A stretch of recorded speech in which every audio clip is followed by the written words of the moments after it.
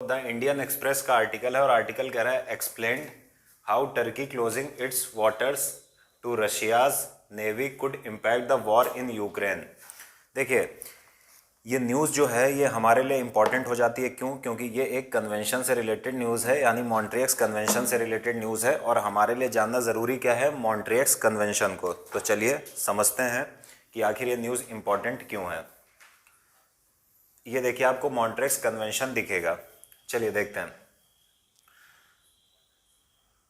अगर हम इस न्यूज़ को देखें तो कॉन्टेक्स्ट क्या है, सबसे पहले इसको जानना ज़रूरी है कि कॉन्टेक्स्ट क्या है।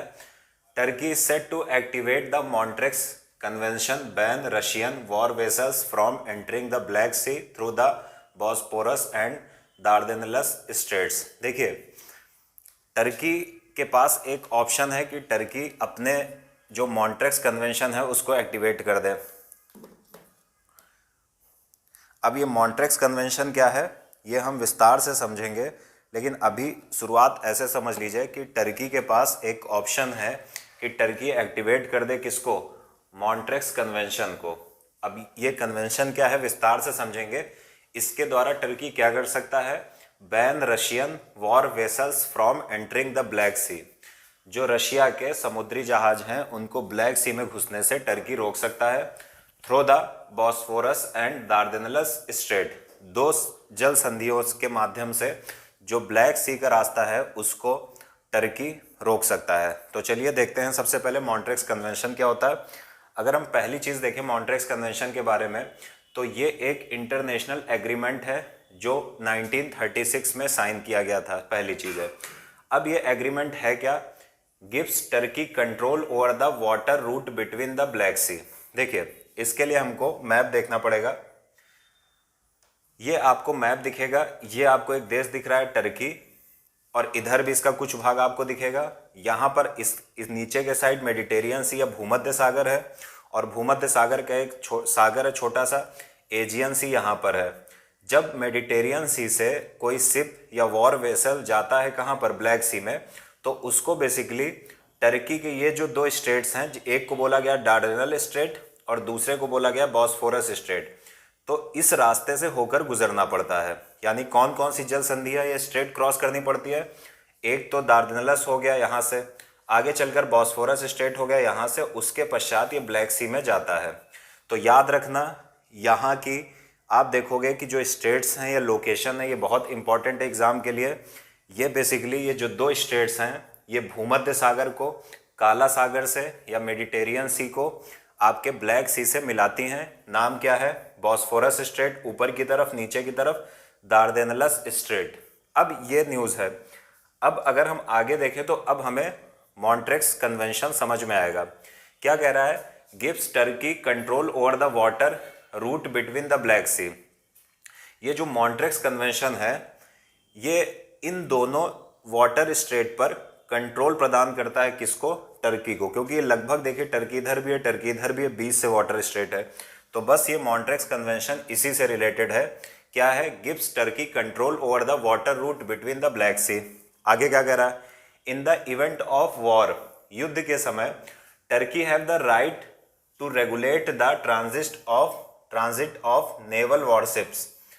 ये जो मॉन्ट्रियक्स कन्वेंशन है इसके माध्यम से टर्की को वाटर रूट पर कंट्रोल प्रदान किया गया है। युद्ध के समय टर्की के पास ये अधिकार है कि वो जो रूट है, मतलब दार्देनलस और आप बॉस्फोरस स्ट्रेट के माध्यम से जो रूट जाता है मेडिटेरियन सी से ब्लैक सी की तरफ, टर्की उसको कंट्रोल कर सकता है मॉन्ट्रियक्स कन्वेंशन के अंतर्गत।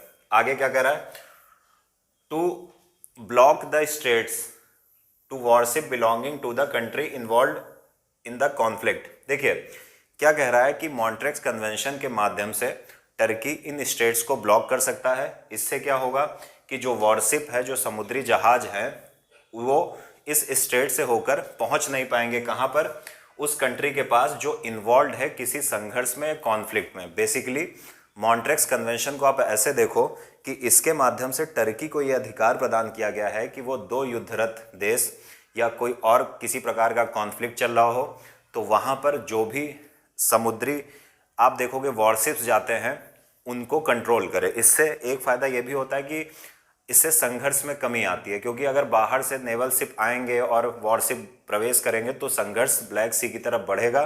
तो इसीलिए मॉन्ट्रेक्स कन्वेंशन साइन किया गया। कब साइन किया गया? 1936 में।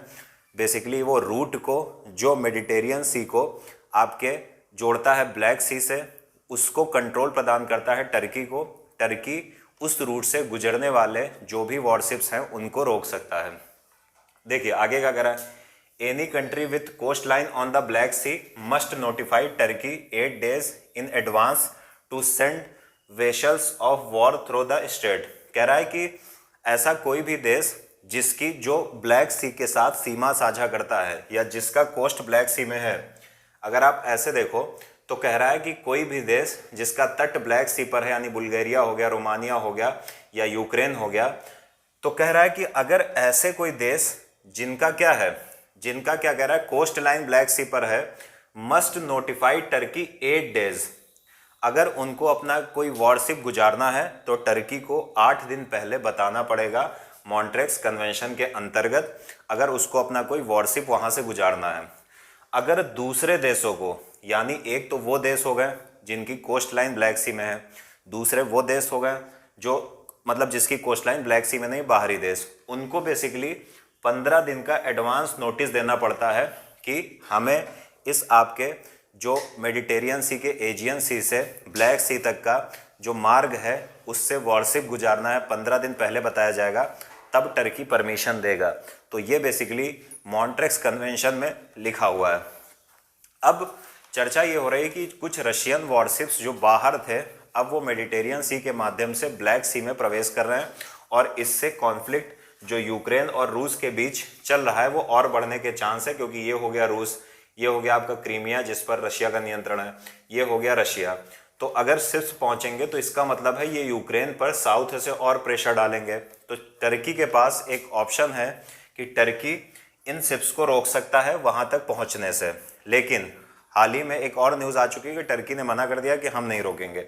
अब एक्सेप्शन क्या है, इसी मॉन्ट्रेक्स प्रोटोकॉल में कुछ एक्सेप्शन दिया गया है। कैसे? इस प्रोटोकॉल का एक आर्टिकल है 19, ये क्या कहता है, vessels of war belonging to belligerent powers whether they are Black Sea powers और not which have become separated from their bases में रिटर्न। देखिए कह रहा है कि मान लो कि कोई देश युद्धरत हो और अगर उनका कोई शिप उस देश तक पहुंच रहा है तो टर्की फिर उसको नहीं रोक सकता है। तो रशिया के पास यहाँ पर एक चांस बनता है, आर्टिकल 19 के माध्यम से रशिया के पास ये पावर है कि रशिया इस बात का क्लेम कर सकता है कि इसी मॉन्ट्रेक्स प्रोटोकॉल में एक प्रोविज़न ये है कि अगर कोई युद्धरत देश है और उसका शिप अपने देश में वापस आ रहा है तो उसको नहीं रोका जा सकता है। तो आर्टिकल 19 के माध्यम से जो टर्की की पावर है उस पर कुछ लिमिटेशंस लगती हैं और ऐसा माना जा रहा है टर्की ने इसीलिए इसको मॉन्ट्रेक्स प्रोटोकॉल को एक्टिवेट नहीं किया। उम्मीद है आप समझ पाए हों।